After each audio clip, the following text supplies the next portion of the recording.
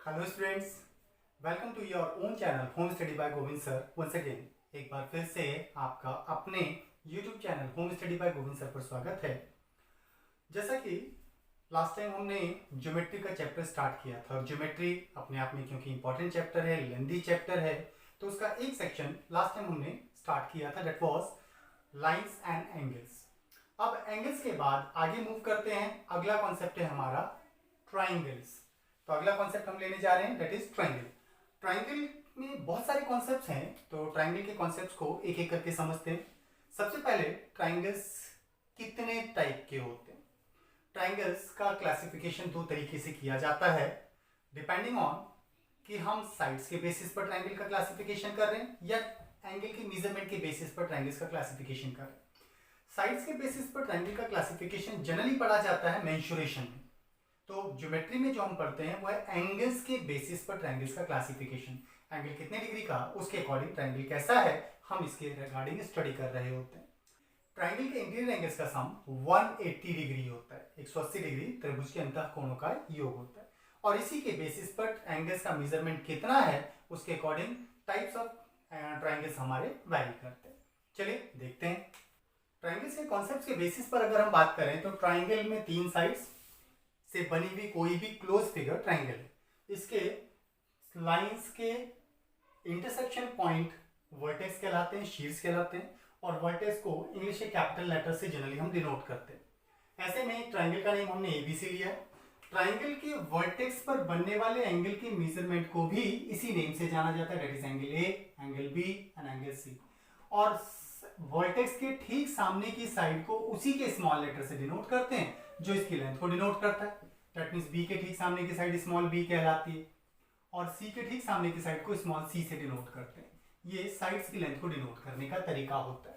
Okay, sides की length को सामने वाले वर्टेक्स के स्मॉल लेटर से डिनोट किया जाता है।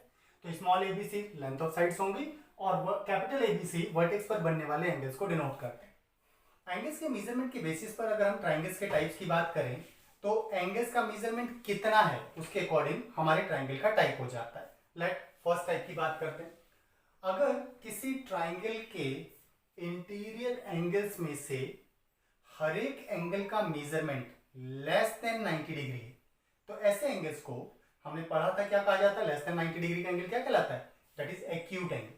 तो ऐसा ट्राइंगल हमारा कहलाता है एक्यूट एंगल ट्राइंगल। इसे कहा जाता है एक्यूट एंगल ट्राइंगल। ये कहलाता है न्यून कोण त्रिभुज। न्यून कोण त्रिभुज।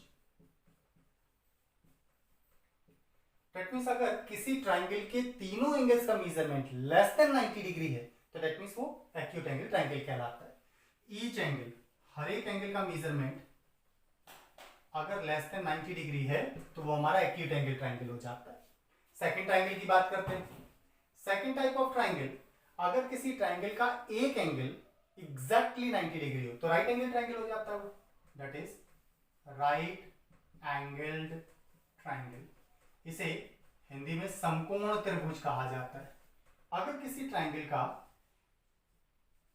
कोई एक एंगल, एनी वन एंगल, कोई भी एक एंगल 90 डिग्री है तो फिर वो ट्राइंगल हमारा राइट एंगल ट्राइंगल कहलाता है। अगर किसी ट्राइंगल का एक एंगल 90 डिग्री हो, कोई सा भी, एनी वन एंगल, अगर कोई भी एक एंगल 90 डिग्री है तो वो हमारा राइट एंगल ट्राइंगल कहलाता है, समकोण त्रिभुज कहलाता है। थर्ड टाइप ऑफ ट्राइंगल, अगर ट्राइंगल का कोई एक एंगल ग्रेटर देन 90 डिग्री हो जाए but that should be less than 180 degree, क्योंकि ट्राइंगल के इंटीरियर एंगल्स का सम 180 डिग्री होता है। तो अगर किसी ट्राइंगल का एक एंगल 90 से बड़ा है तो ऐसा ट्राइंगल कहलाता है ऑब्ट्यूज ट्राइंगल कहलाता है, that is obtuse angle triangle या ऑब्ट्यूज ट्राइंगल कहलाता है, एंगल ट्राइंगल। इसे कहा जाता है अधिक कोण त्रिभुज। अधिक कोण त्रिभुज ये कहलाता है। दैट मींस अगर किसी ट्राइंगल का एक एंगल, कोई सा भी एक एंगल, वन एंगल का मेजरमेंट 90 डिग्री से तो बड़ा हो लेकिन वो 180 डिग्री से छोटा भी होना चाहिए, तब ऐसा ट्राइंगल हमारा ऑब्ट्यूज एंगल ट्राइंगल कहलाता है, अधिक कोण त्रिभुज कहलाता है। ये ट्राइंगल्स के रिगार्डिंग बेसिक प्रॉपर्टीज हैं। ठीक है, तीन टाइप के ट्राइंगल्स अकॉर्डिंग टू एंगल्स हमारे हो गए कोणों के आधार पर त्रिभुज तीन तरह के होंगे। राइट एक्यूट एंगल ट्राइंगल, न्यूनकोण त्रिभुज, हर एक एंगल 90 से छोटा होना चाहिए।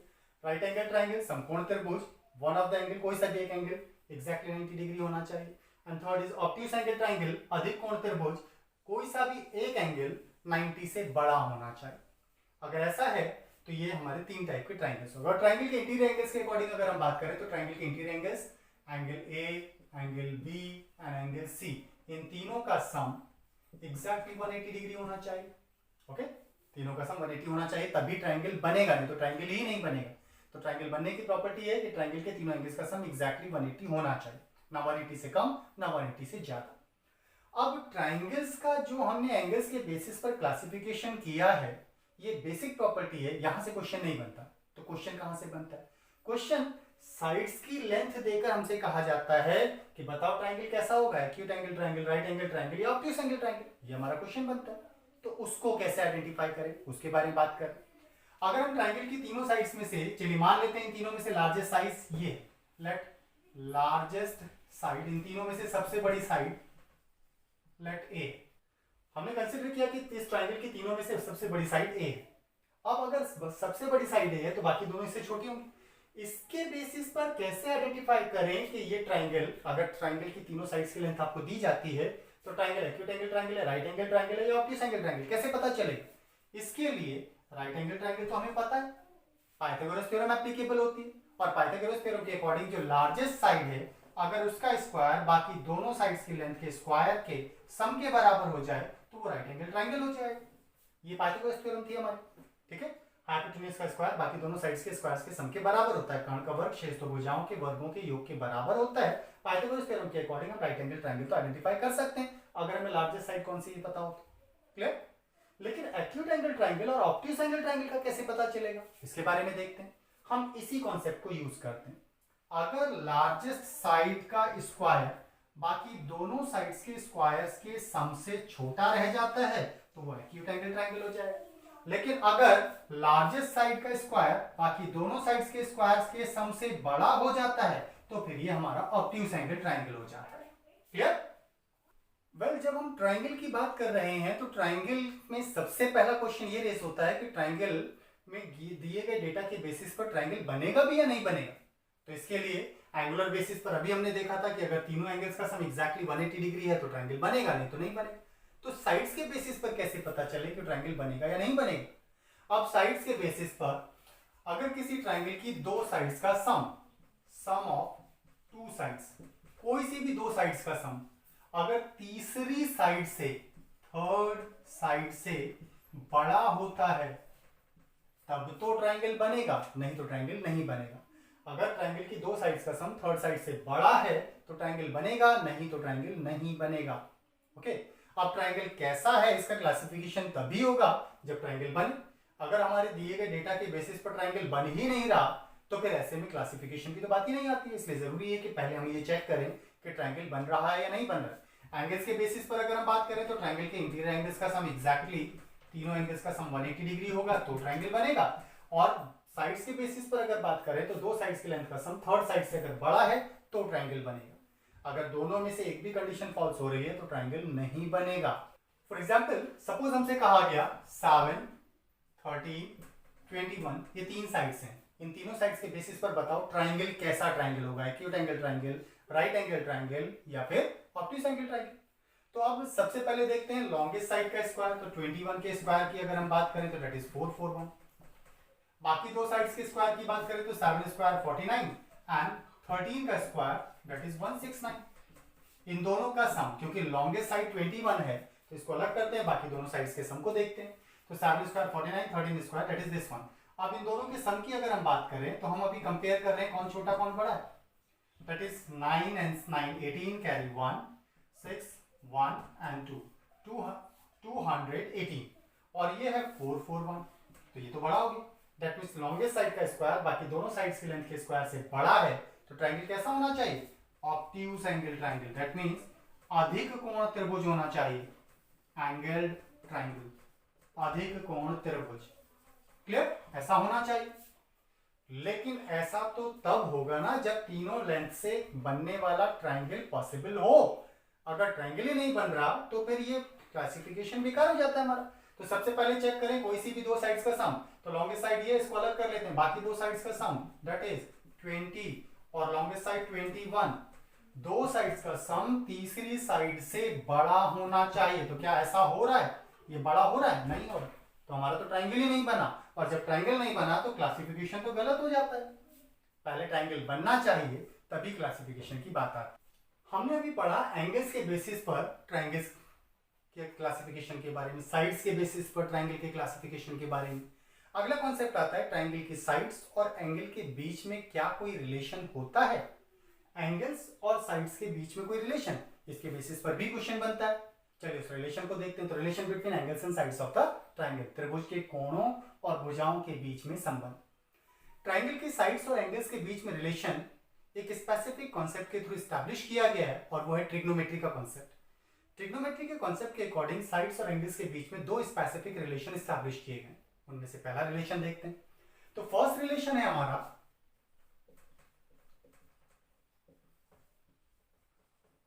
फर्स्ट रिलेशन, एक ट्राइंगल की साइड्स और एंगल्स के बीच में रिलेशन को एक स्पेसिफिक रूल के थ्रू स्टैब्लिश किया गया। पहला रूल है हमारा sine rule.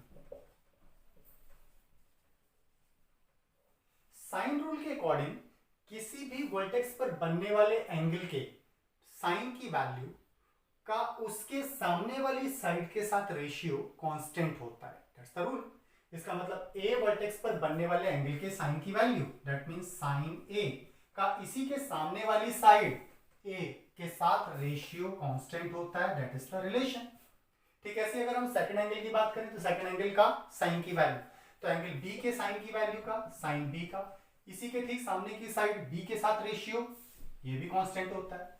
And last C angle के साइन की वैल्यू का इसी के सामने की साइड सी के साथ रेशियो कांस्टेंट होता है, और ये सारी कांस्टेंट वैल्यूज आपस में बराबर होती हैं। So the relation is this one, ये हमारा रिलेशन होता है। That means sin a upon a equal to sin b upon b is equal to sin c upon c। तो किसी भी वर्टेक्स पर बनने वाले एंगल के साइन की वैल्यू का उसी के सामने वाली साइड के साथ रिलेशन कांस्टेंट होता है। इस रिलेशन के बेसिस पर भी एग्जाम के पॉइंट ऑफ व्यू से क्वेश्चन बनता है। कैसे क्वेश्चन बनता है? अब क्योंकि ये सारी वैल्यूज आपस में बराबर हैं, तो दैट मींस कोई सी भी दो वैल्यूज आपस में बराबर होनी चाहिए। लेट ये दोनों वैल्यूज आपस में बराबर है, तो अब आपको b एंगल, इसके सामने की साइड b, c एंगल और उसके सामने की साइड c, इन चार में से तीन वैल्यूज देकर फोर्थ आइडेंटिफाई करने के लिए कहा जा सकता है। तो इस रिलेशन के थ्रू हम उसे आइडेंटिफाई कर सकते हैं। ओके, दैट मींस कोई सी भी दो साइड्स और उन्हीं के ठीक सामने के एंगल्स, इन चार में से अगर तीन वैल्यूज दे दी जाए तो फोर्थ वैल्यू को इस रिलेशन के थ्रू आइडेंटिफाई किया जा सकता है। That's the first relation. अब बात करते हैं सेकंड रिलेशन की, और वो भी important relation. Second relation,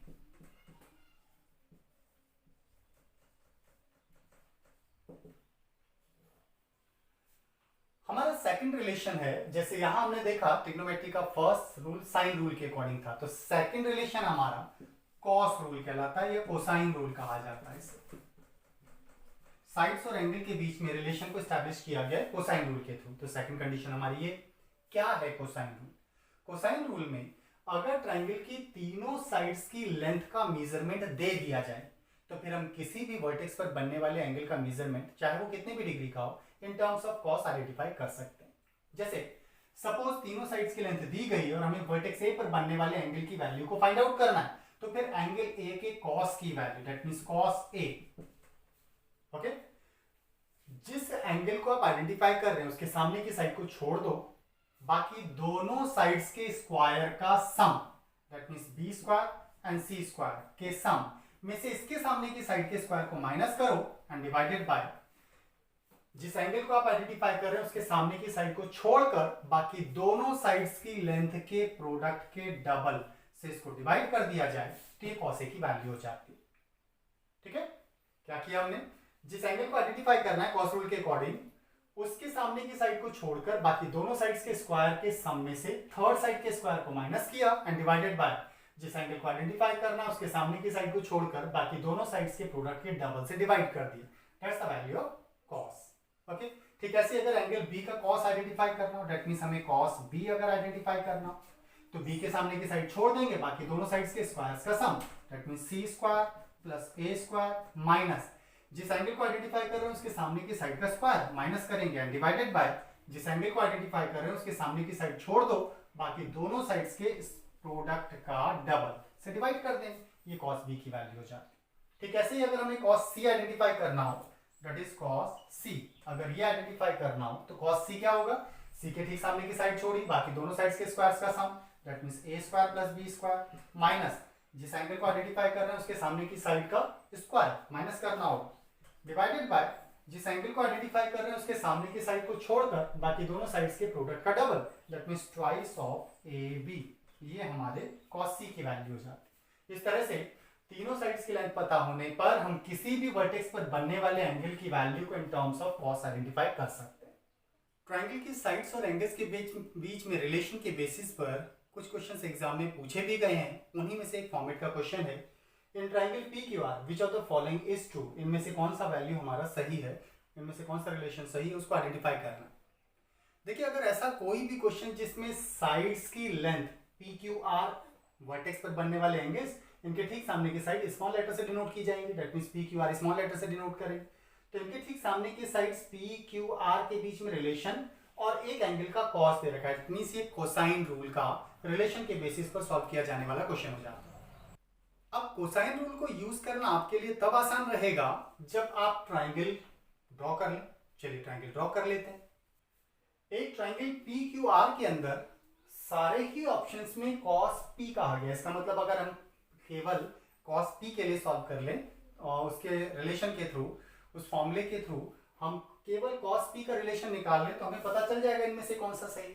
okay, तो cos P का रिलेशन लेते हैं, तो इस एंगल के cos की वैल्यू होगी, इसके ठीक सामने की साइड को छोड़ दिया जाए, बाकी दोनों साइड्स के स्क्वायर्स का सम q square plus r square minus इसके ठीक सामने की साइड का स्क्वायर डिवाइडेड बाय इसके ठीक सामने की साइड, जो एंगल फाइंड करना है उसके ठीक सामने की साइड छोड़ दो, बाकी दोनों साइड्स के प्रोडक्ट का डबल, दैट इज ये cos P की वैल्यू होती है हमारी। अब cos P के साथ मल्टीप्लाई में 2 वाला टर्म है, दैट मींस इसको मल्टीप्लाई कर लेते हैं, तो that is 2QR cos P will equal to q square plus r square minus p square. Okay, एक तरफ केवल दो वैल्यूज प्लस में है और तो प्लस की q स्क्वायर r स्क्वायर हमारे पास है, तो इस p स्क्वायर को इधर ले आते हैं, that means that would be q square plus r square will equal to p square इधर आके प्लस हो जाएगा and plus 2QR cos p, ये वो रिलेशन है जो हमारा सेटिस्फाई हो, तो q square plus r square equal to p square plus 2QR cos p, ये रिलेशन सेटिस्फाई कर रहा है, सो ये सही होगा, बाकी के ऑप्शंस हमारे गलत हो जाएं। तो इस तरह से डायरेक्टली हमारे कोसाइन रूल के बेसिस पर क्वेश्चन प्रीवियस एग्जाम में पूछा गया है, तो आपको पता होना चाहिए, केवल फॉर्मूले को शफल करके दी गई वैल्यूज हैं। इसके अलावा एंगल की वैल्यू आइडेंटिफाई करने के लिए कहा जा सकता है, किसी एक एंगल के साथ दो साइड्स देकर हमसे थर्ड साइड की लेंथ को आइडेंटिफाई करने के लिए भी कहा जा सकता है, तो इस तरह से हम इन रिलेशंस को यूज कर सकते हैं। ट्राइंगल सेक्शन एग्जाम के पॉइंट ऑफ व्यू से अपने आप में काफी इंपॉर्टेंट है इन ज्योमेट्री, और ट्राइंगल में बहुत सारे कॉन्सेप्ट्स हैं जिनमें से अभी हमने साइड्स एंगल्स के रिलेशंस के बेसिस पर कुछ कॉन्सेप्ट देखे। अब ट्राइंगल के अंदर अगला कॉन्सेप्ट लेते हैं। ट्राइंगल के अंदर कुछ स्पेसिफिक थ्योरम्स हैं जिनके बेसिस पर क्वेश्चन पूछे जाते हैं, चलिए उनको देखते हैं।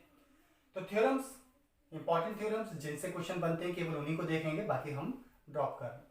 तो इनमें से पहला स्पेसिफिक कॉन्सेप्ट है हमारा मीडियंस के रिगार्डिंग थ्योरम। मीडियंस, माध्यिका,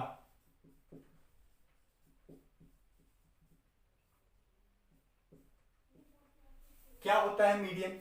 मीडियंस क्या है? अगर किसी ट्राइंगल के वर्टेक्स से सामने वाली साइड के मिड पॉइंट को मिलाते हुए लाइन ड्रॉ किया जाए, दैट्स द मीडियन। किसी वर्टेक्स से, किसी भी एक शीर्ष से सामने वाली भुजा के मध्य बिंदु को मिलाते हुए एक रेखाखंड अगर खींचा जाता है तो ये इसकी माध्यिका कहलाती है, इसी को मीडियन कहा जाता है। ओके, दैट्स द मीडियन, ये इसकी मीडियन। नाउ मीडियन की लेंथ कितनी है या मीडियन और ट्राइंगल की तीनों साइड्स के बीच में क्या रिलेशन है, इसके बेसिस पर भी क्वेश्चन बनता है। इसके लिए थ्योरम क्या है पहले उसे देखते हैं।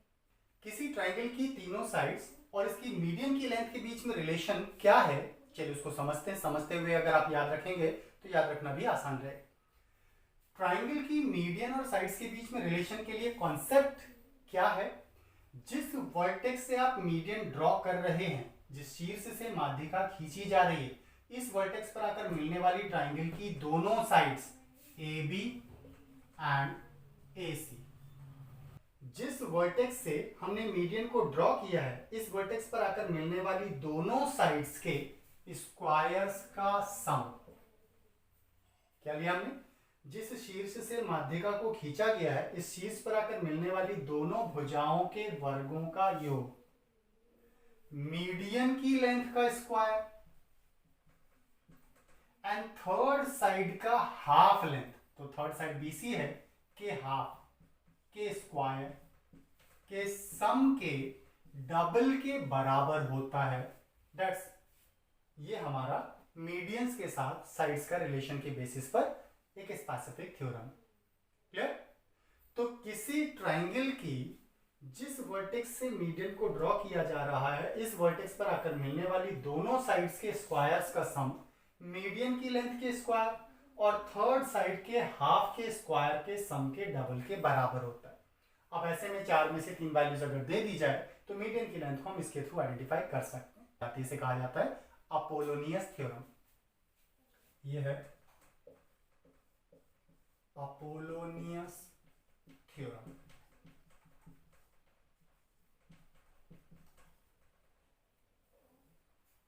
तो अपोलोनियस थ्योरम क्या है? अपोलोनियस थ्योरम ट्रायंगल की तीनों साइड्स और मीडियन के बीच में रिलेशन एस्टैब्लिश करती है। और वो रिलेशन क्या है? जिस वर्टेक्स से मीडियन को ड्रॉ किया गया, इस वर्टेक्स पर आकर मिलने वाली दोनों साइड्स के स्क्वायर्स का सम मीडियन की लेंथ के स्क्वायर और थर्ड साइड के हाफ के स्क्वायर के सम के डबल के बराबर होती है। क्योंकि थर्ड साइड का मिड पॉइंट है, तो इसका मतलब हम यहाँ पर बीपी भी ले सकते हैं या फिर पीसी भी लिया जा सकता है। क्लियर? ट्रायंगल की अगली इंपॉर्टेंट हमारी थ्योरम है प्रोपोर्शनैलिटी थ्योरम। क्या है प्रोपोर्शनैलिटी थ्योरम? अगर ट्रायंगल की तीनों में से किसी एक साइड के पैरेलल एक लाइन ड्रॉ की जाए, तो प्रोपोर्शनैलिटी थ्योरम के अकॉर्डिंग ये पैरेलल ड्रॉ की गई लाइन बाकी दोनों साइड्स को जिन दो पार्ट्स में ब्रेक कर रही है, उन पार्ट्स का रेशियो आपस में बराबर होगा। यही proportionality theorem. It means a line drawn parallel to one of the side of the triangle proportionally divides the other two sides. त्रिभुज की किसी भी एक भुजा के समांतर खींची गई रेखा अन्य दो भुजाओं को समानुपात में विभाजित करती है। ये हमारा समानुपात प्रमेय है। ठीक है?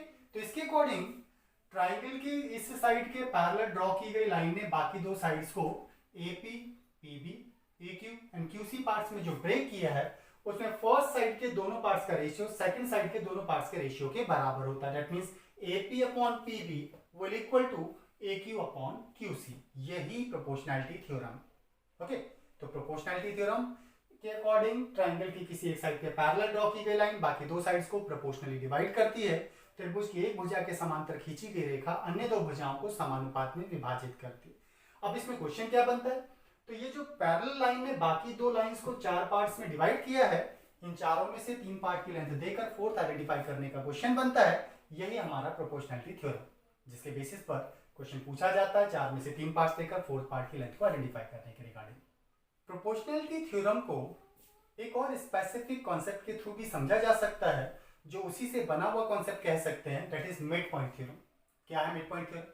मिड पॉइंट थ्योरम के अकॉर्डिंग अगर हम किसी ट्रायंगल की दो साइड्स के मिड पॉइंट्स को आपस में मिला देते हैं, that means P and Q are midpoint, ये दोनों मिड पॉइंट्स हैं। मिड पॉइंट थ्योरम में हमें मिड पॉइंट्स की जरूरत पड़ेगी। अगर दो साइड्स के मिड पॉइंट्स को आपस में मिला दिया जाए, तो जो लाइन सेगमेंट PQ बनता है, ये थर्ड साइड BC के पैरेलल भी होगा और इसकी लेंथ थर्ड साइड BC की लेंथ के हाफ के बराबर होगी। यही हमारा proportionality theorem, sorry mid point theorem. That means किसी ट्रायंगल की दो साइड्स के मिड पॉइंट्स को मिलाने से बनने वाला लाइन सेगमेंट थर्ड साइड के पैरेलल और लेंथ में इसका हाफ होता है। क्लियर? ये मिड पॉइंट थ्योरम। और मिड पॉइंट थ्योरम के बेसिस पर भी एग्जाम में क्वेश्चन पूछा जाता है। क्या और कैसे? चलिए उसको देखते हैं।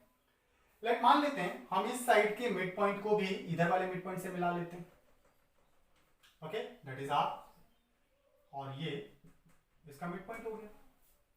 अगर हम दो साइड्स के मिड पॉइंट्स को आपस में मिलाते हैं, तो ये थर्ड साइड के पैरेलल और लेंथ में इसका हाफ होना चाहिए, और इसका हाफ तो ये, दैट मींस ये वाला पोर्शन इसके बराबर हो जाएगा, दैट इज ये इसके बराबर हो जाएगा। ऐसे ही ये लेंथ इस साइड के हाफ के बराबर होने का मतलब ये इसके बराबर होनी चाहिए, दैट इज क्लियर। और अगर ऐसा है तो फिर ये जो बीच में फिगर बना, इसकी ये साइड इसके बराबर, ये इसके बराबर, तो ये फिगर क्या हो गया? पैरेललोग्राम, समांतर चतुर्भुज। और पैरेललोग्राम की प्रॉपर्टी होती है कि पैरेललोग्राम का डायगोनल इसे दो इक्वल एरियाज में डिवाइड करता है। तो अगर हम ये डायगोनल ड्रॉ कर दें तो ये डायगोनल इसको दो इक्वल एरियाज में डिवाइड कर देगा। दैट मींस ये एरिया इस वाले एरिया के बराबर हो जाएगा। ठीक ऐसे अगर हम इधर देखें तो ये भी पैरेललोग्राम होना चाहिए, क्योंकि दो साइड्स के मिड पॉइंट्स को मिलाने वाली लाइन इसके पैरेलल, दो साइड्स के मिड पॉइंट्स को मिलाने वाली लाइन इसके पैरेलल, तो ये भी पैरेललोग्राम होगी। और पैरेललोग्राम का डायगोनल इसे दो इक्वल एरियाज में डिवाइड करता है, इसलिए ये एरिया इसके भी बराबर होगा। एंड सिमिलरली इधर भी पैरेललोग्राम बन रहा है जिसका डायगोनल इसको दो इक्वल एरियाज में डिवाइड करेगा। क्लियर? इसका मतलब ये हुआ कि अगर ट्राइंगल की तीनों साइड्स के मिड पॉइंट्स को आपस में मिला दिया जाए तो इससे बनने वाले चारों ट्राइंगल्स के एरियाज आपस में बराबर होते हैं। इस कॉन्सेप्ट के बेसिस पर भी क्वेश्चन बनता है। क्लियर? जब चारों ट्राइंगल्स के एरियाज आपस में बराबर हैं तो किसी भी एक ट्राइंगल का एरिया पूरे ट्राइंगल का 1/4 हो जाना चाहिए। और इस रिलेशन के बेसिस पर जो क्वेश्चन बनता है वो इंटरनल ट्राइंगल और आउटर ट्राइंगल के एरियाज के रिलेशन के बेसिस पर क्वेश्चन पूछा जाता है। दैट मींस जो इंटरनल ट्राइंगल का एरिया होगा AR, एरिया क्षेत्रफल of triangle PQR will equal to जो बड़ा वाला ट्राइंगल है उसका area of triangle ABC। Okay, क्योंकि ये चारों आपस में बराबर हैं तो कोई सा भी एक पोर्शन पूरे का 1/4 होगा तो पूरे के 1/4 के बराबर इसका एरिया हो जाना चाहिए। दैट इज इट मींस अगर किसी ट्राइंगल की तीनों साइड्स के मिड पॉइंट्स को मिला दिया जाए, किसी त्रिभुज की तीनों भुजाओं के मध्य बिंदु को मिला दिया जाए तो मध्य में बनने वाले त्रिभुज का क्षेत्रफल पूरे त्रिभुज के क्षेत्रफल के 1/4 के बराबर होता है। इंटरनल ट्राइंगल का एरिया पूरे ट्राइंगल के एरिया के 1/4 के बराबर होता है। अब इन दोनों में से एक ट्राइंगल का एरिया देकर नेक्स्ट ट्राइंगल का एरिया आइडेंटिफाई करने के रिगार्डिंग क्वेश्चन बनता है। क्लियर? तो यहां पर एक एरिया दे दिया जाए तो सेकंड को इजीली आइडेंटिफाई किया जा सकता है। ज्योमेट्री क्योंकि लेंथी चैप्टर है तो इसको एक ही बार में अगर सारे कॉन्सेप्ट्स बोले जाएंगे तो आपके लिए भी समझने में दिक्कत होगी और फिर याद रखना भी मुश्किल होगा। इसलिए थोड़े थोड़े कॉन्सेप्ट्स को एक एक वीडियो लेक्चर्स में हम लेते चल रहे हैं ताकि आपको भी प्रॉब्लम ना हो और समझना आसान रहे। इसलिए आज के वीडियो लेक्चर में हम इतना ही रखते हैं। अगर आपको वीडियो लेक्चर पसंद आया तो प्लीज़ हमारे चैनल को सब्सक्राइब, लाइक एंड शेयर जरूर कीजिएगा। आज के लिए इतना ही। नेक्स्ट वीडियो लेक्चर में हम ट्राइंगल के मीडियन कॉन्सेप्ट को थोड़ा और डीपली पढ़ेंगे क्योंकि यहाँ से बहुत क्वेश्चन पूछे जाते हैं। इवन 2018 के एक ही एग्जाम में मीडियन से 2 क्वेश्चन पूछे गए थे, इसलिए इंपॉर्टेंट टॉपिक हो जाता है हमारे लिए। चलिए आज के लिए इतना ही। Thank you for today. Thank you.